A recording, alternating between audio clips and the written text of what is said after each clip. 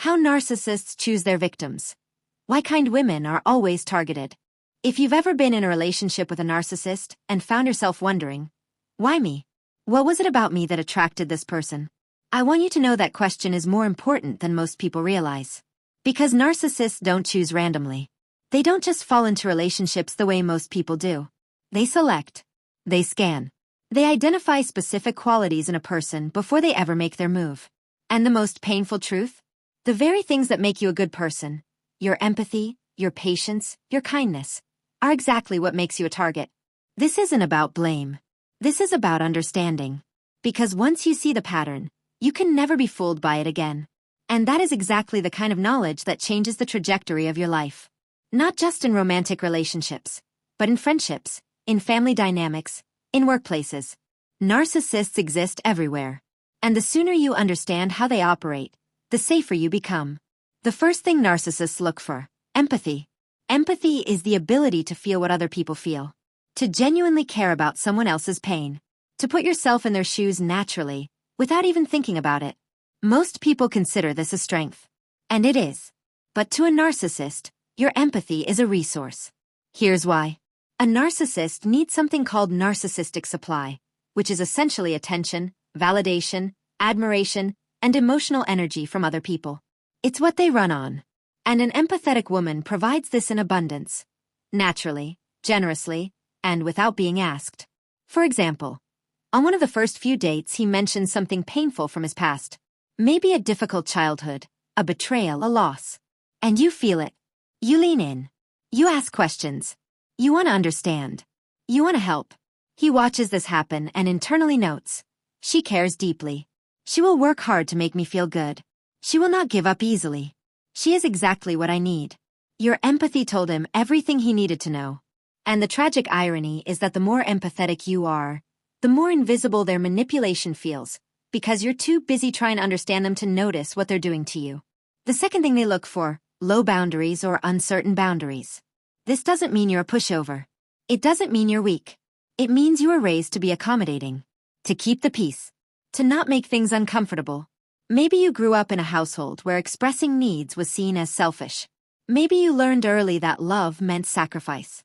Maybe you just genuinely believe in giving people the benefit of the doubt. Whatever the reason, a narcissist can sense boundary uncertainty almost immediately. They test it early, usually in small ways you barely notice. For example, he makes a slightly disrespectful joke early on. Nothing huge, but it crosses a line. You feel it but you laugh it off because you don't want to seem too sensitive. Or he cancels plans last minute with a vague excuse and you say, "No worries, it's fine," even though it isn't fine. He registers both of these moments. He sees that you will absorb discomfort rather than name it. And he files that away. Because a woman who will hold a firm line is too much work for a narcissist. But a woman who overrides her own discomfort to keep someone else comfortable? She's exactly what he's looking for.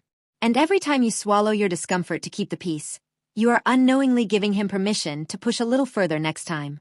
The third thing they look for: a giving nature. Narcissists are drawn to women who give naturally and generously. Women who show up for people. Women who remember the small details, who check in, who go out of their way. Not because these women are naive, but because they genuinely believe that love is something you demonstrate through action.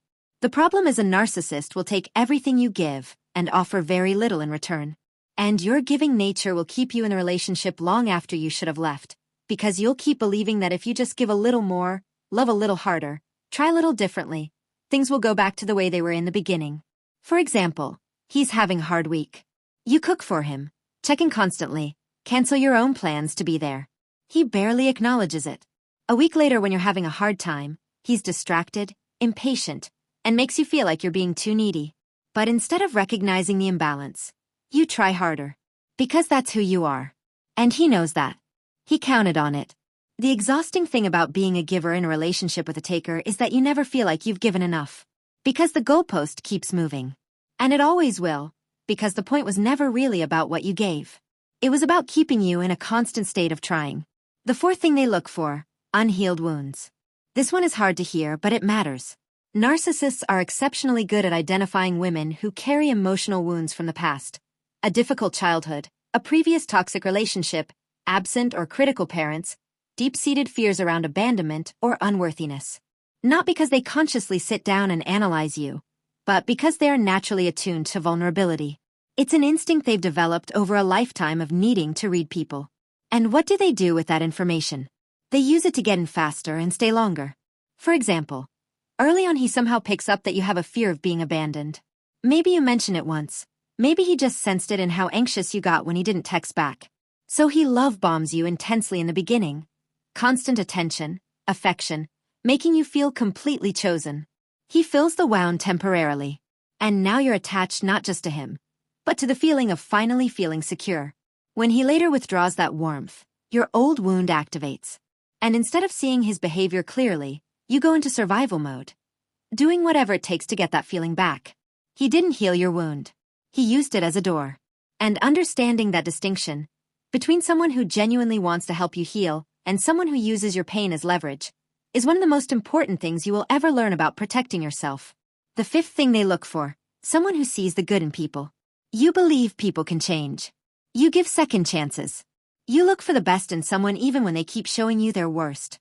You tell yourself nobody's perfect. You remember the good times and hold on to them when things get hard. These are not character flaws.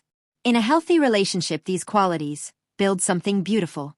But with a narcissist, your ability to see the good in them becomes the cage that keeps you in. For example, after a particularly hurtful episode, he comes back soft, remorseful, almost childlike. He says things that sound like genuine reflection. I know I hurt you. I don't want to be this way. I'm working on it.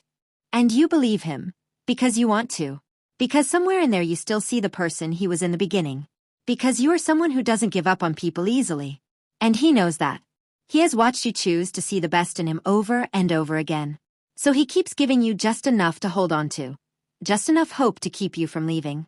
Just enough change to make you think this time will be different. It never is. But your hope, your beautiful, stubborn, loving hope, makes you stay long enough to find out every single time. Before you go, I want to leave you with some questions. Not to answer out loud, just to sit with.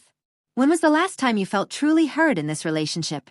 Not just listened to, but actually heard. Where what you said mattered. Where your feelings were taken seriously without you having to fight for them to be. When did you stop talking about your dreams around this person? Was there a moment?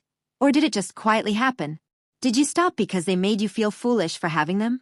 Or because you learned over time that there simply wasn't space for them? Think about the woman you were before this relationship. The way you used to laugh. The things you used to care about. The confidence you carried. The friendships you nurtured. The goals you spoke about freely without shrinking them first. How far does she feel from who you are right now? Have you ever caught yourself apologizing, and not even being sure what you were apologizing for? Just apologizing because it was easier. Because it ended the tension faster. Because keeping the peace felt more important than being honest about your pain. And finally, if your closest friend came to you and described this relationship exactly as it is, not how it used to be, not how you hope it will be, but exactly as it is right now, what would you tell her? You already know the answer to that last one. And that answer matters more than anything else in this video. Follow for more on psychology, relationships, and finding your way back to yourself.